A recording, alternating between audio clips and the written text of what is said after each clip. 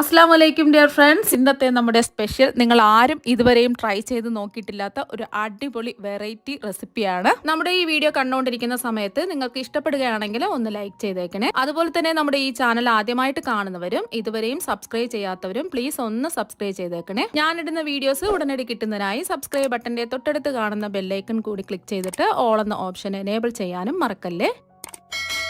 ആദ്യം തന്നെ ഇതിനായിട്ട് ഒരു അരിപ്പയിലേക്ക് 250 ml കപ്പിന് 1 കപ്പ് അവിലിട്ട് കൊടുക്കുക. അപ്പോൾ അവിലെടുക്കുമ്പോൾ ഏത് അവില് വേണമെങ്കിലും എടുക്കാവുന്നതാണ്. ഇതുപോലെ കനം കുറഞ്ഞ അവില് വേണം എടുക്കാനായിട്ട്. കനം കൂടിയ കട്ടിയുള്ള അവിലുണ്ടല്ലോ അത് എടുക്കരുത്. ഇതുപോലെ കനം കുറഞ്ഞ അവില് വേണം എടുക്കാനായിട്ട്. അപ്പം ഞാൻ 250 ml കപ്പിന് 1 കപ്പ് അവിലാണ് എടുത്തിട്ടുള്ളത്. ചുമന്ന അവിലോ വെള്ള അവിലോ ഏത് അവില് വേണമെങ്കിലും എടുക്കാവുന്നതാണ്. ഇനി അവലൊന്ന് കഴുകിയെടുക്കാം. ഇങ്ങനെ അരിപ്പയിൽ വെച്ചിട്ട് വേണം കഴുകിയെടുക്കാനായിട്ട്. കാരണം എന്ന് വെച്ചാൽ ഇത് കനം കുറഞ്ഞ അവിലല്ലേ, അതുകൊണ്ടാണ് ഇങ്ങനെ ചെയ്യുന്നത്. ഇതിലേക്ക് കുറച്ച് വെള്ളം ഒഴിച്ചു കൊടുക്കാം. ഇപ്പൊ വെള്ളം ഒഴിച്ചപ്പോൾ തന്നെ ഇതാ കണ്ടില്ലേ, അവില് നല്ലതുപോലെ കുതിർന്ന് കിട്ടിയിട്ടുണ്ട്. ഇത്രയും മതി. ഇനി നമ്മൾ കഴുകിയെടുത്ത അവില് ഒരു മിക്സിയുടെ ജാറിലേക്ക് ഇട്ട് കൊടുക്കാം. ഒറ്റ പ്രാവശ്യം മാത്രം കഴുകിയെടുത്താൽ മതിയാവും. ഇനി ഇതിലേക്ക് 250 ml കപ്പിന് 1/2 കപ്പ് വെള്ളം ഒഴിച്ചു കൊടുക്കാം. നമ്മൾ എത്രയാണോ അവലെടുത്തത് അതിന്റെ പകുതി വെള്ളം ഒഴിക്കുക. ഇനി നല്ലതുപോലെ ഇതൊന്ന് അടിച്ചെടുക്കാം. ഇപ്പതാ ഒന്ന് അടിച്ചെടുത്തിട്ടുണ്ട്. ഈ ഒരു രീതിക്ക് അടിച്ചെടുക്കാം. ഇനി നമ്മൾ അടിച്ചെടുത്ത അവര് ഒരു ബൗളിലേക്ക് മാറ്റാം. ഇനി ഇതിലേക്ക് 250 ml കപ്പിന് 1/2 കപ്പ് റവ ഇട്ട് കൊടുക്കാം. ഞാനിപ്പോൾ ചെറിയ തരിയുള്ള റവയാണ് എടുത്തിട്ടുള്ളത്. കുറച്ച് വലുപ്പമുള്ള തരിയുള്ള റവയാണെന്നുണ്ടെങ്കിൽ മിക്സിയിലിട്ട് ഒന്ന് പൊടിച്ചതിന് ശേഷം എടുക്കാനായിട്ട്. നമ്മൾ എത്രയാണോ അവല് എടുത്തിട്ടുള്ളത് അതിന്റെ പകുതി റവ എടുക്കാം. ഇതിലേക്ക് ചിരകിയ തേങ്ങ ഇട്ട് കൊടുക്കാം. ഞാനിപ്പോൾ ഒരു 1/4 കപ്പ് തേങ്ങയാണ് എടുത്തിട്ടുള്ളത്. ഒരുപാടൊന്നും വേണ്ട. ഇനി ചേർത്ത് കൊടുക്കുന്നത് 2 പച്ചമുളക് ചെറുതായിട്ട് കട്ട് ചെയ്തതാണ്. അധികം എരിവില്ലാത്ത പച്ചമുളകാണ് എടുത്തിട്ടുള്ളത്. എരിവുള്ള പച്ചമുളകാണെന്നുണ്ടെങ്കിൽ ഒരെണ്ണമൊക്കെ എടുത്താൽ മതി. ഒരു 2 ടേബിൾ സ്പൂൺ ക്യാപ്സിക്കം ചെറുതായിട്ട് കട്ട് ചെയ്തും കൂടി ഇട്ട് കൊടുക്കാം. ഉണ്ടെങ്കിൽ എടുത്താൽ മതി, ഇല്ലെങ്കിൽ വേണ്ട. ഞാനിപ്പോൾ 5-6 ഇതിൽ കറിവേപ്പില ചെറുതായിട്ട് കട്ട് ചെയ്ത് ഇട്ട് കൊടുക്കുന്നുണ്ട്. ഇപ്പം ഞാൻ 1/2 കപ്പ് മല്ലിയില അതാ ചെറുതായിട്ട് കട്ട് ചെയ്ത് എടുത്തിട്ടുണ്ട്. ഇതിൽ നിന്നും 1/4 കപ്പ് മല്ലിയില ഇട്ട് കൊടുക്കാം. 1/4 കപ്പ് നമുക്ക് മാറ്റി വയ്ക്കാം. ഇപ്പം ഞാൻ ഒരു സവാള ചെറുതായിട്ട് കട്ട് ചെയ്ത് എടുത്തിട്ടുണ്ട്. ഇതിൽ നിന്നും പകുതി സവാള ചെറുതായിട്ട് കട്ട് ചെയ്ത് ഇട്ട് കൊടുക്കാം. പകുതി നമുക്ക് മാറ്റി വയ്ക്കാം, പിന്നീട് ആവശ്യമുണ്ട്. ഇനി ഇതിലേക്ക് അധികം പുളിപ്പില്ലാത്ത നല്ല കട്ടിയുള്ള 2 ടേബിൾ സ്പൂൺ തൈരും കൂടി ഒഴിച്ചു കൊടുക്കാം. ഇനി ഇതിലേക്ക് ആവശ്യത്തിനുള്ള ഉപ്പിട്ട് കൊടുക്കാം. ഞാനിപ്പോൾ 1 ടീസ്പൂൺ ഉപ്പാണ് ഇട്ട് കൊടുക്കുന്നത്.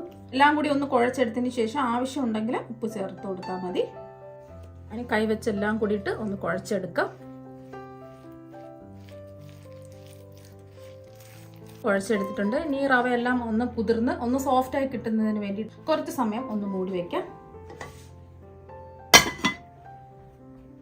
ഇനി ഒരു ചൂടായി കിടക്കുന്ന പാനിലേക്ക് ഒരു 2 ടേബിൾ സ്പൂൺ എണ്ണ ഒഴിച്ചു കൊടുക്കാം. ഇപ്പൊ നല്ലെണ്ണയാണ് ഞാൻ ഒഴിച്ചു കൊടുത്തിട്ടുള്ളത്. ഇതിലേക്ക് 1/2 കപ്പ് വെളുത്തുള്ളി അല്ലികൾ ഇട്ട് കൊടുക്കാം. 250 ml കപ്പിന് 1/2 കപ്പ് വെളുത്തുള്ളി അല്ലികളാണ് എടുത്തിട്ടുള്ളത്. ഇനി ഇതിലേക്ക് ഒരു 1/4 കപ്പ് നിലക്കടലയും കൂടി ഇട്ട് കൊടുക്കാം. ഞാനിപ്പോൾ എടുത്തിട്ടുള്ള നിലക്കടല റോസ്റ്റ് ചെയ്യാത്ത പച്ച നിലക്കടലയാണ്. റോസ്റ്റ് ചെയ്ത നിലക്കടലയായാലും പച്ച നിലക്കടലയായാലും എടുക്കാവുന്നതാണ്. ഇനി ഇത് ഒരു 2-3 മിനിറ്റ് ഒന്ന് ഇളക്കി കൊടുക്കാം. Flame low to medium flame വയ്ക്കാം. ഇപ്പൊ ഇത് ഇളക്കി കൊടുക്കാൻ തുടങ്ങിയിട്ട് ഒരു 3 മിനിറ്റ് ഇതാ കഴിഞ്ഞിട്ടുണ്ട്. ഇത്രയും മതി. ഇനി ഇതിലേക്ക് ഒരു 20 വറ്റൽമുളകും കൂടി ഇട്ട് കൊടുക്കാം. വറ്റൽമുളകും കൂടെ ഇട്ട് കൊടുത്തതിന് ശേഷം 1 മിനിറ്റ് ഒന്ന് ഇളക്കി കൊടുക്കാം.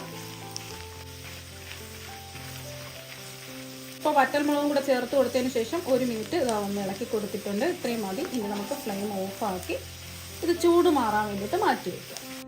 ഇപ്പം ഇതിൻ്റെ ചൂടൊക്കെ നല്ലതുപോലെ ഇതാ മാറിയിട്ടുണ്ട്. ഇനി ഒരു മിക്സിയുടെ ചെറിയ ജാറിലേക്ക് ഇട്ട് കൊടുക്കാം.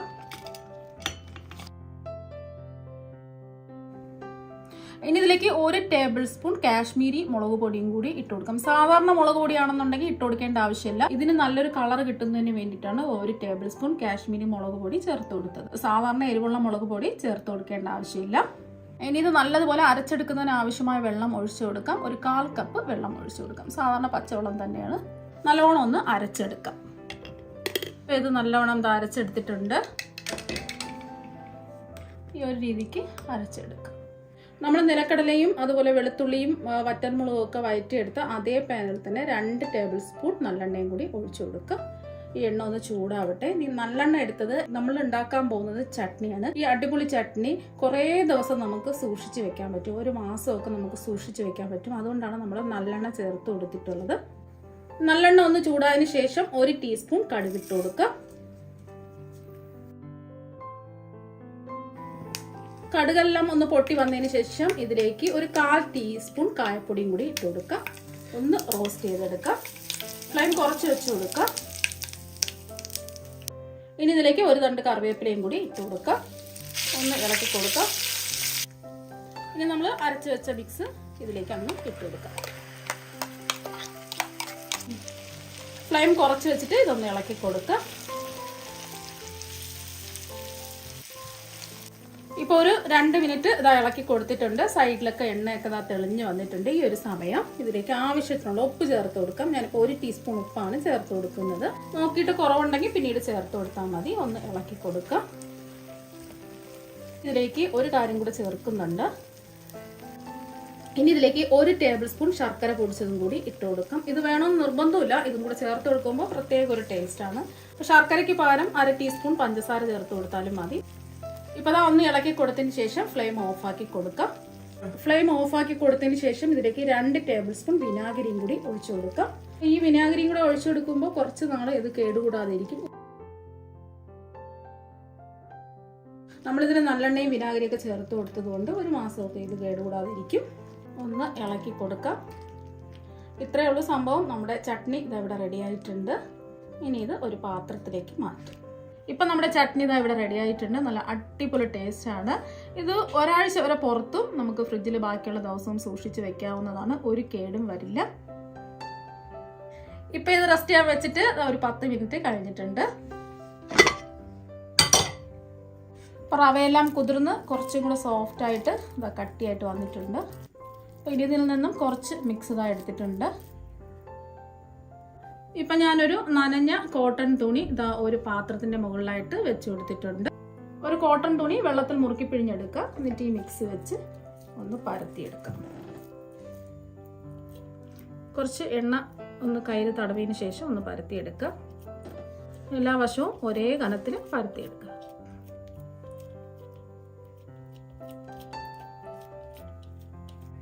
ഇപ്പം ഇതാ ഒന്ന് പരത്തി എടുത്തിട്ടുണ്ട്. ഈ രീതിയിൽ പരത്തിയെടുക്കുക. ഇനി ഇത് പ്ലേറ്റിൽ നിന്ന് ഇങ്ങനെ എടുത്ത് മാറ്റാം. ഇനി ഇത് ചുട്ടെടുക്കുന്നതിന് വേണ്ടിയിട്ട് ഒരു തവ ചൂടാക്കാൻ വെച്ചിട്ടുണ്ട്. ഇതിലേക്ക് കുറച്ച് എണ്ണ ഒന്ന് ബ്രഷ് ചെയ്ത് കൊടുക്കുക. Flame low to medium flame വയ്ക്കുക. ഇനി പരത്തി വെച്ചത് ഇങ്ങനെ അങ്ങ് ഇട്ട് കൊടുക്കുക.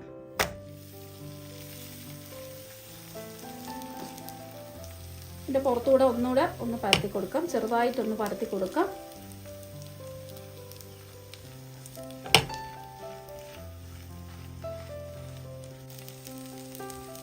ഇനി ഈ തുണി മെല്ലെ ഒന്ന് ഇളക്കി മാറ്റാം.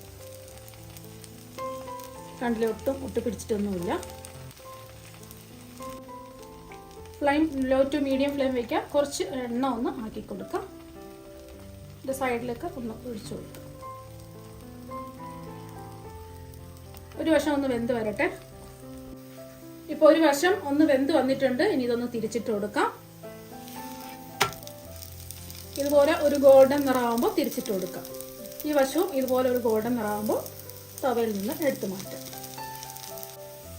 2 വശവും ഇതുപോലെ അതാ മുരിഞ്ഞ് വന്നിട്ടുണ്ട്. തിരിച്ച് മറിച്ചിട്ട് ഇതുപോലെ ഒന്ന് ചുട്ടെടുക്കാം.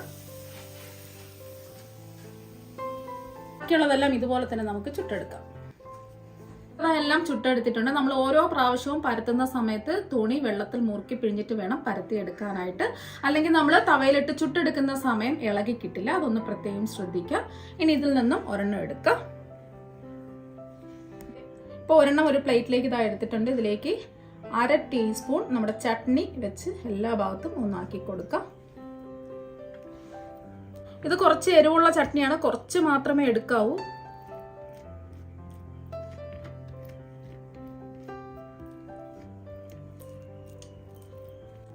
ഇപ്പൊ കുറച്ച് ചട്നി ഇത് എല്ലാ ഭാഗത്തും ആക്കി കൊടുത്തിട്ടുണ്ട്. ഈ ചട്നി ദോശയുടെ കൂടെയും അതുപോലെ തന്നെ ഇഡലിയുടെ കൂടെയൊക്കെ നമുക്ക് കഴിക്കാവുന്നതാണ്. കുറച്ച് തൊട്ട് കഴിക്കാൻ പാകത്തിന് എടുക്കാം. ഇനി ഇതിലേക്ക് നമ്മൾ നേരത്തെ മാറ്റി വെച്ച സവാള കുറച്ചിട്ട് കൊടുക്കാം. ഇനി ഇതിലേക്ക് നമ്മൾ മാറ്റി വെച്ച കുറച്ച് മല്ലിയിലയും കൂടി ഇട്ട് കൊടുക്കാം. നമ്മളിത് കഴിക്കാൻ എടുക്കുന്ന സമയം വേണം ഇങ്ങനെ ചെയ്യാൻ. അപ്പം ഒരെണ്ണം ഇതുപോലെ ചെയ്തെടുത്തിട്ടുണ്ട്. ബാക്കിയുള്ളതും നിങ്ങൾ കഴിക്കുന്ന സമയത്ത് ഇതുപോലെ ചെയ്തിട്ട് കഴിക്കുക. നല്ല അടിപൊളി ടേസ്റ്റാണ് കഴിക്കാൻ വേണ്ടിയിട്ട്. അപ്പം നല്ല സോഫ്റ്റുമാണ്, നല്ല മൊരിഞ്ഞു ഇരിപ്പുണ്ട്. ഇതിങ്ങനെ റോൾ ചെയ്ത് കഴിക്കാവുന്നതാണ്.